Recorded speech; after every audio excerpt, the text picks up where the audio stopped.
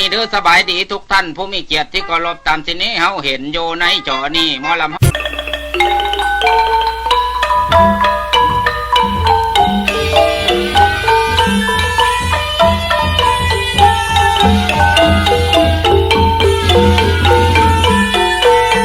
เสรีลาวก้าวสู่ลาวเสรีในจุดซุ่มพญาอุนสนานิกรภาคที่เก้าเห็นว่าพวกเขาต่อสู้กับชาวเวียดนามญี่ปุ่นและฝรั่งในความเป็นจริงประชาชนในเขตนี้แม่นกระตือรือร้นสนับสนุนของฝรั่งที่มี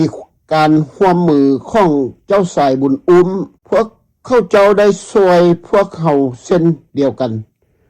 เพราะว่าพวกเขาบ่ได้กดขี่พวกเขาแต่กงกันข้ามพวกเขาได้ข่มขู่ชาวเวียดนามที่เป็นศัตรูของพวกเขาอย่างเปิดเผยเกี่ยวกับชาวเวียดนามที่พวกเขาจับได้อยู่ที่นั้นข้าพเจ้ามีเรื่องพิเศษที่จะเล่าสู่ฟังทางหัวอย่างซื่นสมพญาอุ่นกล่าวบอกข้าพเจ้าฟังว่า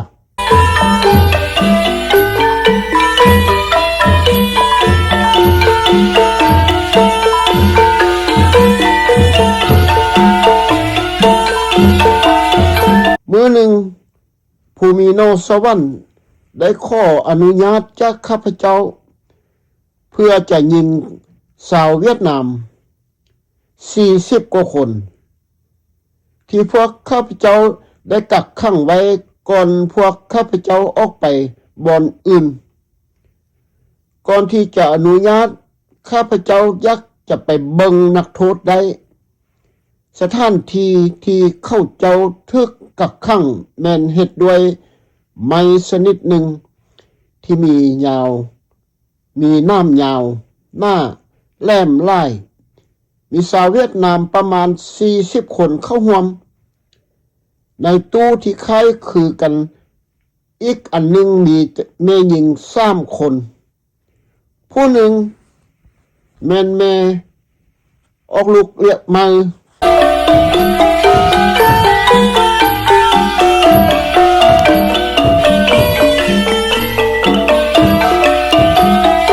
แม่เว้าภาษาลาวจะแจ้งภาษาลาวอย่างจะแจ้งสำเนียงคนทางปักเสนางบอกข้าพเจ้าว่าพ่อแม่เป็นชาวเวียดนามและเกิดอยู่ที่บ้านเหือนหินใกล้กับคานตะจันนางได้ไปแขวงสวรรณเขตเพื่อไปซื้อน้ำนมให้ลูกแต่เมื่อเดินทางกลับไปบ้านทึกจับอยู่เขตบ้านขันตะจันและทึกขังคุกหลายวัน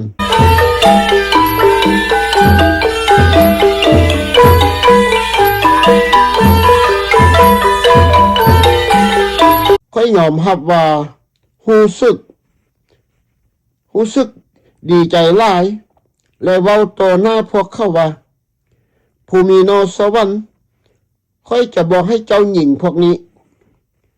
เมื่อนักโทษรู้ว่าเขาเจ้าจะบ่ถูกยิงเขาเจ้าก็แสดงความเคารพนับถืออย่างสูงและขอไปนำพวกเขาเป็นลูกบ้านของพวกเขาและบอกว่าจะช่วยเหลือทุกอย่างแล้วค่อยก็อนุญาตให้ข้าพเจ้าก็อนุญาตให้แม่ลูกอ่อนผู้เกิดใหม่นั้นกลับคืนบ้านเหือนหิน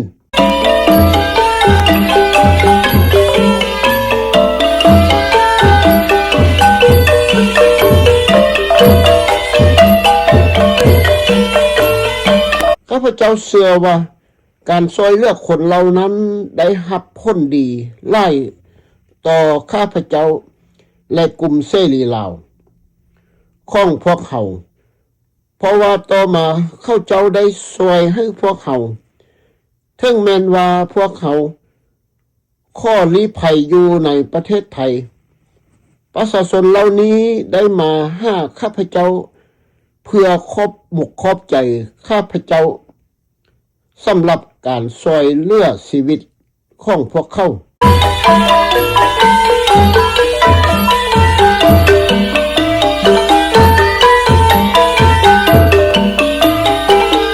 ข้าพเจ้าภูมิใจที่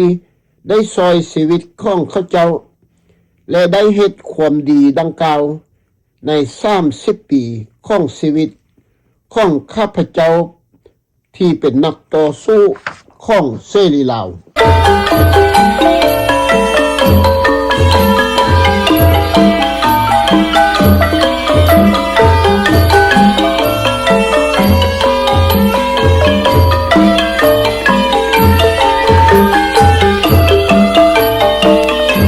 จากนั้นมาคนในเขตนั้นจึงเข้าใจว่าพวกเขาเป็นคนฮักษาและซอยเหลือพวกเขาทุกด้าน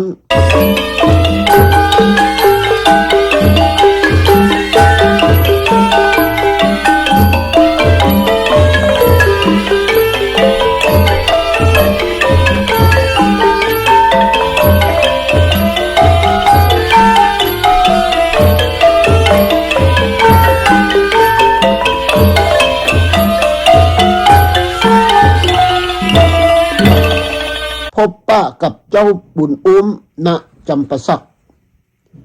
ถึงว่าได้เข้าร่วมการต่อต้านฝรั่งเศสในป่าก็ตามแต่เจ้าสายบุญอุ้มณจำปาสักซึ่งในเวลานั้นยังมีชื่อเสียงน้อยเดียวมีชื่อเสียงน้อยหลายได้กลับคืนไปข้ามแม่น้ำคลองและไปฮอดเมืองอุบลหลายเทื่อลาวนัดพบข้าพเจ้าอยู่เมืองแก้วบ้านผลทองกงกันข้ามกับปักเสในเวลานั้นเมืองผลทองขึ้นกับการปกครองของไทยสยามและเป็นเจ้าเมืองของและเป็นขึ้นเมืองของเจ้าเมืองไทยทานบ้านเกิดของเฮามีแต่ภูเขาเหล่าพาป่าดงกรุงไทยอันใหญ่และกว้างเมื่อมีหมู่พวงลวงตามแผ่นเสเช้าเย็นเฮาแลเห็นไหมหม้อครัวใบแสงใสส่องมาพวกเราได้พบกันในตอนกลางคืนในเฮือนของพนักงานการเมืองอยู่ในโรงการเมืองเราพยายามอธิบายให้ข้าพเจ้าฟังว่าในกรณีได้ก็ตามฝรั่งจะกลับมาควบคุมประเทศลาวแต่เขาเจ้าจะมีการจัดตั้งบริหารใหม่ที่จะให้ลาวมีเสรีภาพหลายกว่าแต่ก่อนดังนั้นลาวพยายามชักชวนให้พวกข้าพเจ้าเข้าร่วมกับลาวและฝรั่งเป็นกลุ่มสหพันธ์จะบ่มีการลงโทษใดๆสำหรับการที่ข้าพเจ้าได้ออกจากการเป็นรัฐกรของประเทศไทยข้าพเจ้าเพียงแต่ฮวดอยู่ในใจความคิดของตัวเองที่ว่าลาวอิสระบ่มีการเปลี่ยนแปลงเพราะข้าพเจ้าลาวเสรีลาวนี้บ่มีการเปลี่ยนแปลงเพราะข้าพเจ้าให้คำมั่นสัญญากับตนเองและกลุ่มของพวกเขาให้ซื่อสัตย์และจงรักภักดีกับพันธมิตรและกำลังพิเศษเพื่อนมิตรกับอเมริกาข้าพเจ้าจะบ่ได้รับฝั่งนี้เนื่องจากว่าข้าพเจ้าบ่มักสาวฝรั่งเศสแฟนเขาเว้าคันน้องตั้งเสียงนำนองจนขาดถึงขาอาบเล่นเย็นใจหายหอนให้เสื่อมพรอาบพรกายญาบ้านเฮาบ่เป็นเส้นนี้ต้องทวงดีสุดสิ้นสัวตามีม่วงดวงดอกนาลีบ้านจ้อยจุมพีมีมากหนักหนา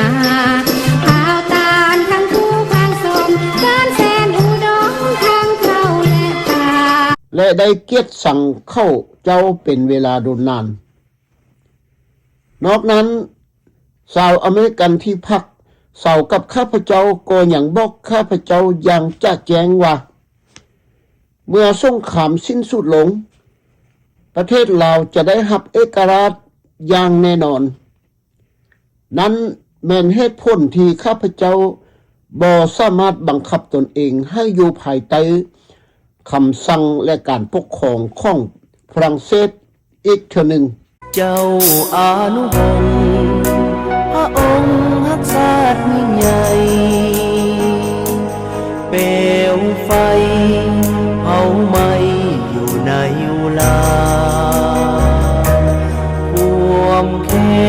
นเกินกลัวยับยั้งบัญชาชาติที่เข็นฆ่าสยามทาลุบนเมืองเพพา เบียนยอนปฏิเสธบ่ยอมต่อความพยายามของเจ้าสายบุญณจำปาสักที่จะซักส่วนให้ข้าพเจ้าเข้าร่วมกับฝรั่งเศส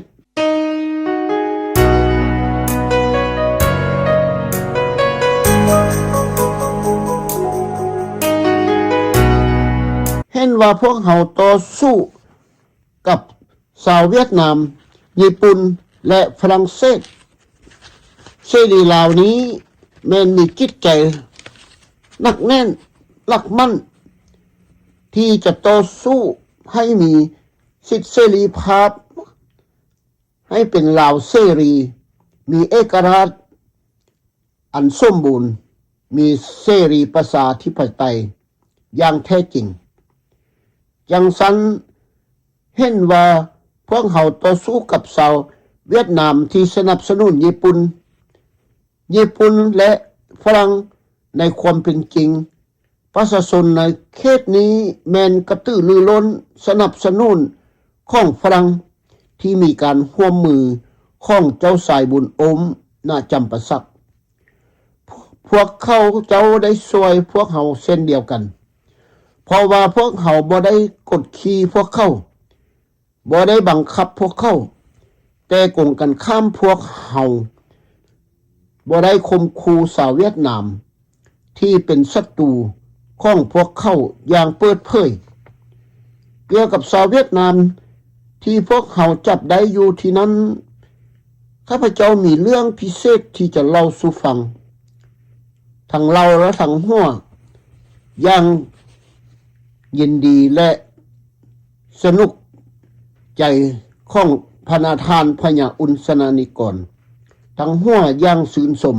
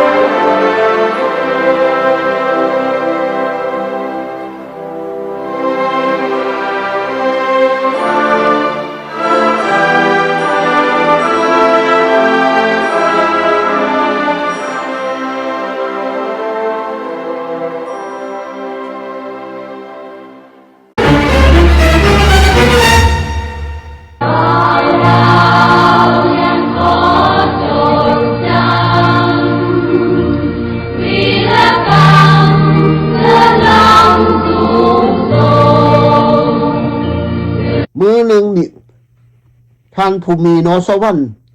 ได้ข้ออนุญาตจากข้าพเจ้าเพื่อจะยิงชาวเวียดนาม40 กว่าคนนั้น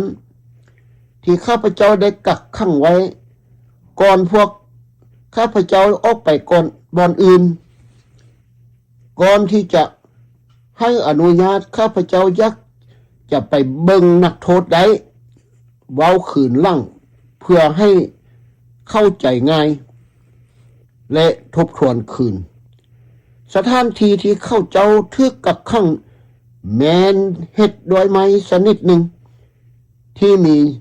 น้ำยาวหน้าแหลมคมลายมีชาวเวียดนามประมาณ40 คนเข้าร่วมในตู้ที่คล้ายคือกันอีกอันหนึ่งมีแม่หญิง3 คนผู้หนึ่งแม่นแม่หญิงออกลูกใหม่ที่เลี้ยงลูกอยู่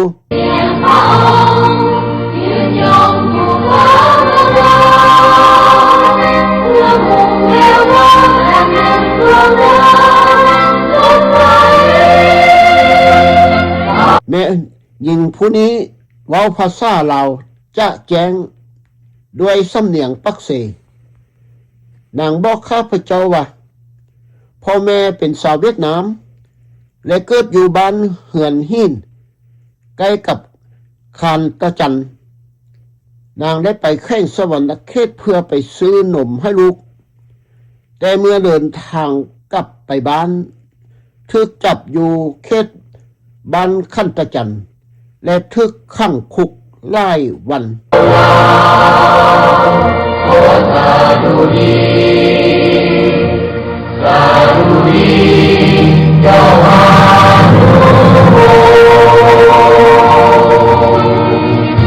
ข้าพเจ้ายอมรับว่า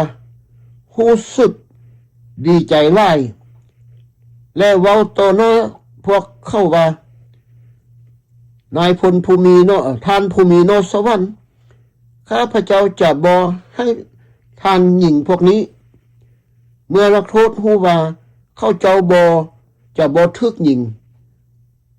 เขาเจ้าก็แสดงความเคารพนับถืออย่างสูงและข้อไปนำพวกเขาเป็นลูกบ้านล้านเมืองของพวกเขา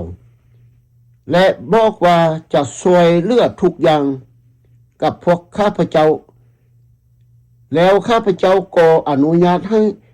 แม่ลูกอ่อนที่เกิดใหม่นั้นกลับคืนบ้าน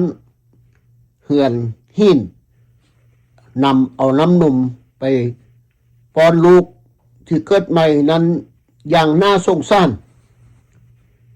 ข้าพเจ้าเชื่อว่าการช่วยเหลือคนเหล่านั้นได้รับผลดีหลายต่อข้าพเจ้าและกลุ่มเสรีลาว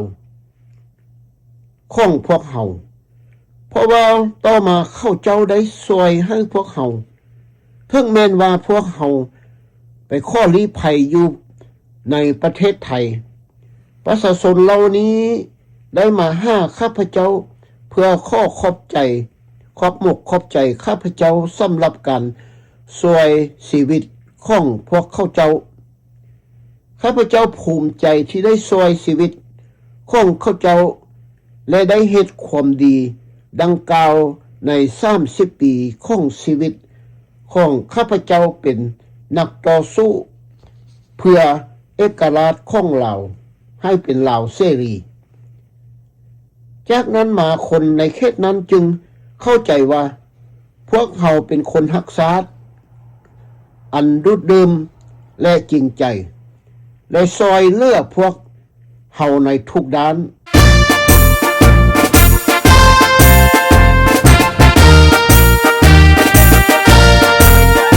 การพบปะกับเจ้าสายบุญณจำปาสักถึงว่าได้เข้าร่วมการโต้านฝรั่งเศสในป่าก็ตามแต่เจ้าสายบุญณจำปาสักซึ่งในเวลานั้นยังมีสื่อเสียงน้อยเดียวบ่หลายได้กลับคืนไปข้ามแม่น้ำคลองและมาฮอดเมืองอุบลหลายเทื่อหลายครั้งลาวนัดพบข้าพเจ้าอยู่เมืองแก้วบ้านโพนทอง กงกันข้ามกับปักเซในเวลานั้นเมืองพลทองขึ้นกับการปกครองของไทยสยามและเป็นเจ้าเมืองของไทยพวกเราได้พบกันในตอนกลางคืนในเฮือนของพนักงานเมืองเราพยายามอธิบายให้ข้าพเจ้าฟังว่าในกรณีได้ก็ตามฝรั่งจะกลับมาควบคุมประเทศลาวแต่เข้าเจ้าจะมีการจัดตั้งบริหารใหม่ที่จะให้ลาวมีเสรีภาพหลายกว่าแต่ก่อนดังนั้นเราพยายามสักส่วนให้ข้าพเจ้าเข้าร่วมกับลาวและฝรั่งเป็นกลุ่มสหพันธ์จะบ่มีการลงโทษใดๆสำหรับการที่ข้าพเจ้าได้ออกจากการเป็นรัฐกรของประเทศไทยพญาอุ่นกล่าวย้ำให้เข้าใจว่าข้าพเจ้าเพียงแต่หัวอยู่ในใจความคิดของตัวเองที่ว่าลาวเสรีลาวบ่มีการเปลี่ยนแปลงพอข้าพเจ้าให้คำมั่นสัญญากับตนเองและกลุ่มของพวกเขาที่ซื่อสัตย์และสัตย์ซื่อต่อพันธมิตรและกำลังพิเศษเพื่อเพื่อนมิตรภาพอเมริกันข้าพเจ้าจะบ่ได้รับฟังนี้เรื่องจากว่าข้าพเจ้าบ่มักสาวฝรั่งเศสและได้เกียรติสั่งเข้าเจ้าเป็นเวลาโดนนานนอกนั้นชาวอเมริกันที่พักเศร้ากับข้าพเจ้าก็ยังบอกข้าพเจ้าอย่างจะแจ้งว่าเมื่อสงครามสิ้นสุดลงประเทศลาวของท่านจะได้รับเอกราชอย่างแน่นอนนั่นเป็นเหตุผลที่ข้าพเจ้าบ่สามารถบังคับตนเองให้อยู่ภายใต้คำสั่งและการปกครองของฝรั่งเศสอีกเทื่อหนึ่งบิยอนปฏิเสธบ่ยอม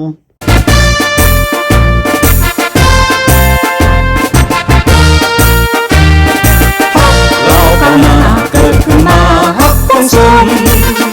ฮักคนลาวฮักเมืองลาวฮักสะทนความสุขสมก้าวหน้าสามัคคีฮักเราก้าวหน้าแต่ได้มาฮักเสรีแม้ศัตรูผู้ได้ลวงเข้าหาดีฮักเขานี้ห่วงปองชนขอสู้ตายเอกราชเอกภาพแบบบุญนิยม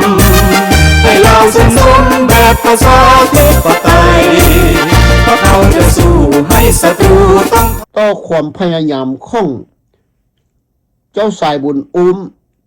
ณจำปาสักที่จะสักส่วน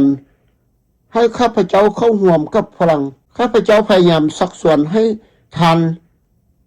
และสาวลาวอื่นๆที่เข้าร่วมกลุ่มกับเสรีลาวของพวกเขาและทิมแอกของการปกครองฝรั่งเศส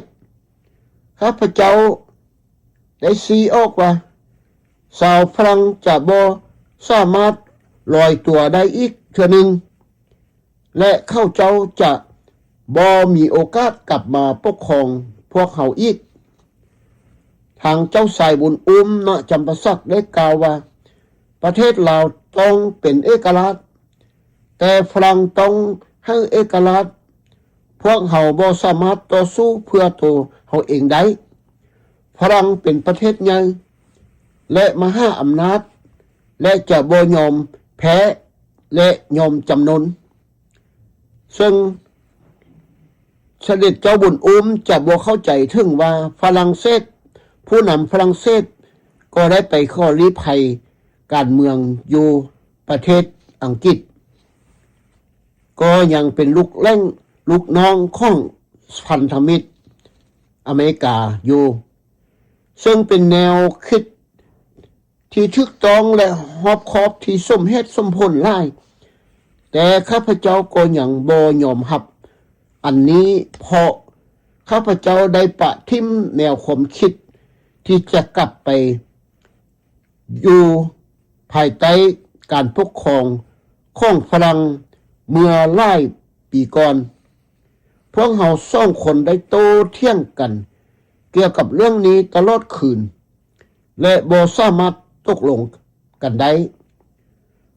พวกเราทั้งสองจะบ่ฟังความคิดของคนอื่นและพวกเราทั้งสองจะบ่ยอมให้คนอื่นเมื่อตอนเช้าอรุณวันใหม่มาฮอดพวกเราก็แยกทางกันไปข้าพเจ้าได้ไปจำปาสักเพื่อไปเยี่ยมยามประชาชนอยู่ที่นั้นและเจ้าสายบุญเดินทางไปอุบลในทางกลับจากจำปาสักข้าพเจ้าได้ผ่านอุบลและได้พบกับเจ้าหน้าที่ชั้นสูงหลายคนและแต่ละคนมีทัศนะทางด้านการเมืองที่แตกต่างกันบ่ลงรอยกันของกลุ่มลาวอิสระ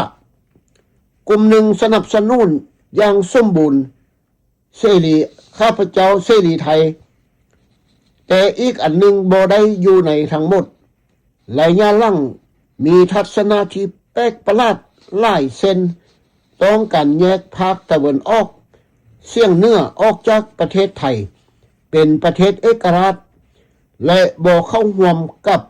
ประเทศลาวแต่บ่มีไผในพวกเขาพยายามซักส่วนให้ข้าพเจ้าเข้าร่วมอย่างเปิดเผยพวกเขาให้ความเห็นส่วนตัวแก่ข้าพเจ้าเท่านั้นต่อมาข้าพเจ้าได้เรียนรู้ว่าเจ้าหน้าที่ระดับสูงในภาคตะวันออกเฉียงเหนือมีความคิดเห็นที่หลากหลายเช่นนี้เพราะกลุ่มหนึ่งได้รับการสนับสนุนจากร่วงประดิษฐ์มโนธรรมคือท่านปรีดีพนมยงค์ผู้สำเร็จราชการแทนพระองค์ซึ่งเป็นผู้นำสูงสุดของขบวนการ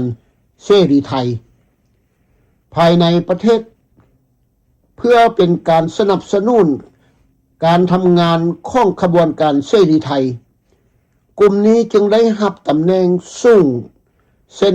รัฐมนตรีทองอินภูมิรัตน์โพธิรัตน์ทวินอุดมจำลองดาวเรืองและเตียงสิริขันธ์ส่วนอีกกลุ่มหนึ่งบ่ได้รับการสนับสนุนจากเจ้าหน้าที่ระดับสูงใดๆจึงบ่ได้เข้าร่วมงานของพวกเขาและรู้สึกผิดหวังและโกรธเคืองล่วงประดิษฐ์มโนธรรมและกลุ่มเสรีไทยในภาคตะวันออกเฉียงเหนือจนกลายเป็นศัตรูทางการเมืองและต่อมาเมื่อพระบาทสมเด็จพระเจ้าอยู่หัวอนันต์มหิดลรัชกาลที่8ทึกรอบปงพระชนมีคนห้องในหงอยู่ในหงภาพยนตร์ว่าร่วงพิดีพนมร่วงประดิษฐ์พนมมโนธรรมเป็นผู้รอบปางพระชนพระมหากษัตริย์ซึ่งหากเป็นความจริงที่จะกว่านั้นที่ได้กล่าวนั้นก็จะต้องเป็นผู้สมหูความคิดด้วยพอเข้าหูเรื่องนี้การนัดหมายพบปะกับเจ้าหน้าที่ฝรั่งเศสเมื่อข้าพเจ้าเดินทางกลับจากจำปาสักและผ่านสกลนครข้าพเจ้าได้ทราบว่าท่านกัปตันดูโบเน่ผู้นำการต่อต้านของทหารฝรั่งเศสต่อญี่ปุ่นในเขตสวรรณเขตต้องการพบข้าพเจ้าที่เมืองมุกดาหารอำเภอเขมราชโดยไวที่สุดและข้าพเจ้ายังได้ยินมาว่าท่านจะรอข้าพเจ้าอยู่ที่นั้นจนกว่าเราจะได้พบกันในขณะเดียวกันข้าพเจ้าก็ได้รับทราบว่ากองบัญชาการ จะส่งอาวุธมาให้เฮาที่บ้านคันทจันทในเวลานั้นและจะใช้ตัวอักษร L เป็นสัญญาณข้าพเจ้าเฮ็บกลับไปยังบ้านคันตจันซึ่งเป็นที่เฮาตั้งค่ายพักแหมคืนและสั่งให้เตรียมการรับอาวุธโดยการจุดไฟ4กองที่มุมทั้ง4ของจุดทิมสัมภาวะและจุดไฟเป็นรูปตัว L ซึ่งหมายถึงว่าลาวเสรีลาวอยู่ตรงกลางของจุด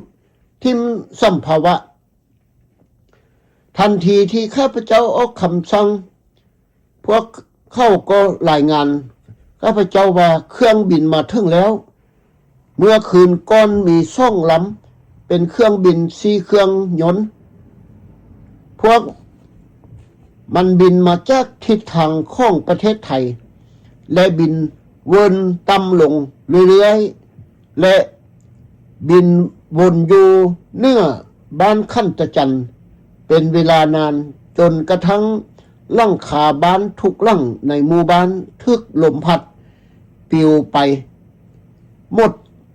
ชาวบ้านทุกคนตกใจย้านและแลนหนี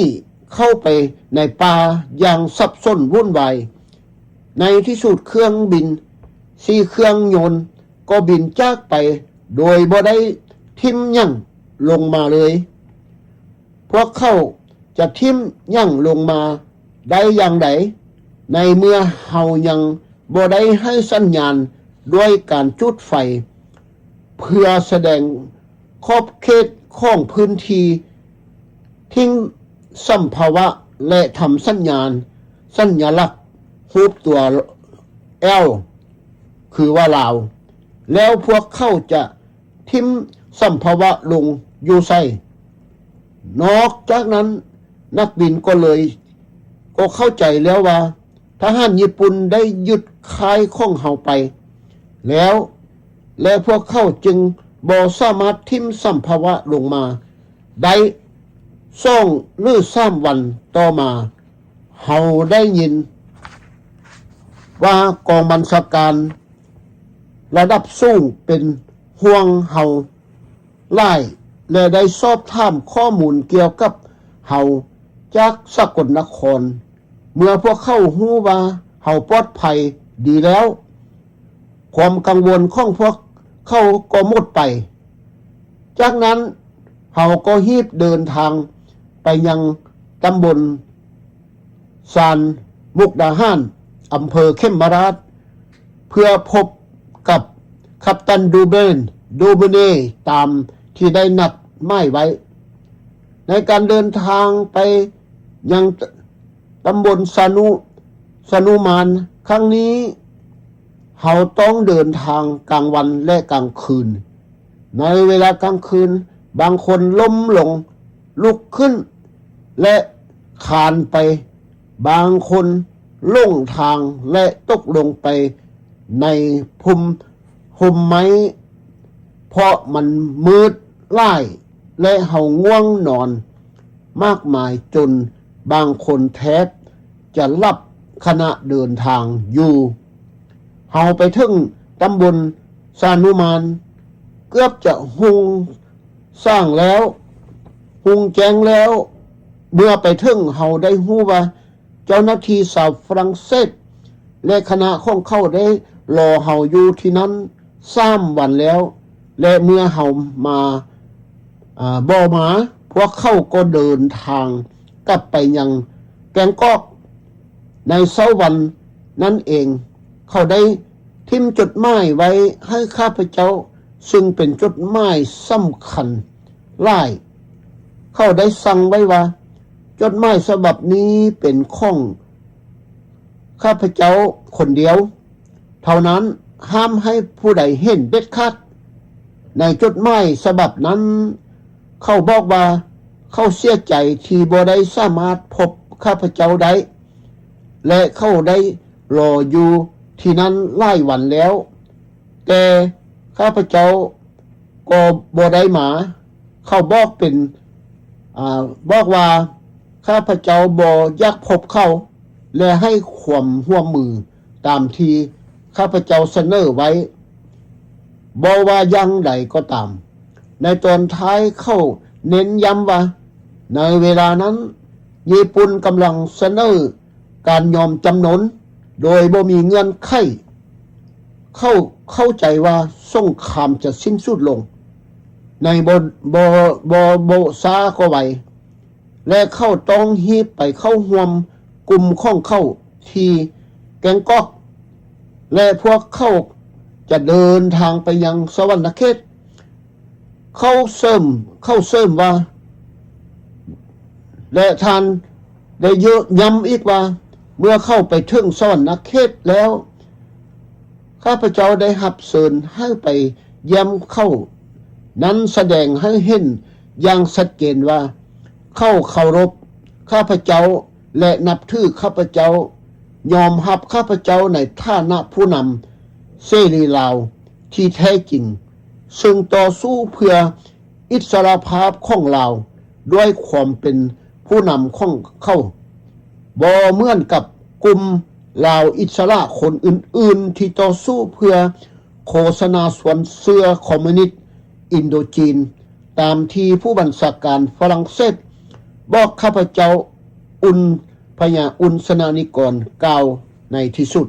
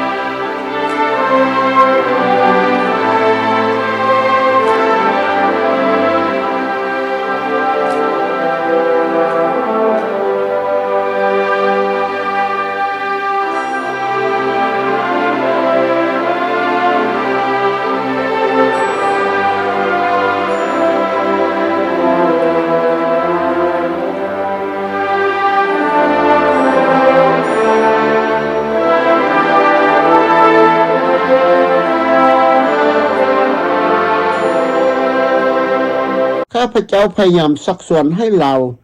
และชาวคนอื่นๆที่รวมกลุ่มกับลาวเสรีลาวของพวกเขาและที่แอกของการปกครองฝรั่งเศสนั้นข้าพเจ้าได้ซีออกว่าชาวฝรั่งจะบ่สามารถลอยตัวได้อีกเท่านึงและเข้าเจ้าจะบ่มีโอกาสกลับมาปกครองพวกเขาอีกทางเจ้าสายบุญน่าจำพศักดิ์ได้กล่าวว่าประเทศลาวต้องเป็นเอกราชแต่ฝรั่งต้องให้เอกราชพวกเขาบ่สามารถต่อสู้เพื่อตัวเขาเองได้ฝรั่งเป็นประเทศใหญ่และมหาอำนาจและจะบ่ยอมแพ้และยอมจำนนซึ่งเป็นแนวคิดที่ถูกต้องและรอบคอบที่สมเหตุสมผลหลายแต่ข้าพเจ้าก็ยังบ่ยอมรับอันนี้เพราะข้าพเจ้าได้ปะทิ่มแนวความคิดที่จะกลับไปเป็นลูกน้องฝรั่งเศสเมื่อหลายปีก่อนพวกเขาสองคนได้โต้เถียงกันเกี่ยวกับเรื่องนี้ตลอดคืนและบ่สามารถตกลงกันได้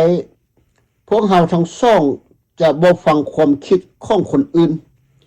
และพวกเขาทั้งสองจะบ่ยอมให้คนอื่นเมื่อตอนเช้ามาฮอดพวกเขาแยกทางกัน ข้าพเจ้าได้ไปจำปาสักเพื่อไปเยี่ยมยามประชาชนอยู่ที่นั้นและเจ้าสายบุญข้ามไปอุบลในทางกลับจากจำปาสักข้าพเจ้าได้ผ่านทางอุบลและได้พบกับเจ้าหน้าที่สันสูงหลายคนแต่ละคนมีทัศนะทางด้านการเมืองที่แตกต่างกันสำหรับคนลาวกลุ่มหนึ่งสนับสนุนอย่างสมบูรณ์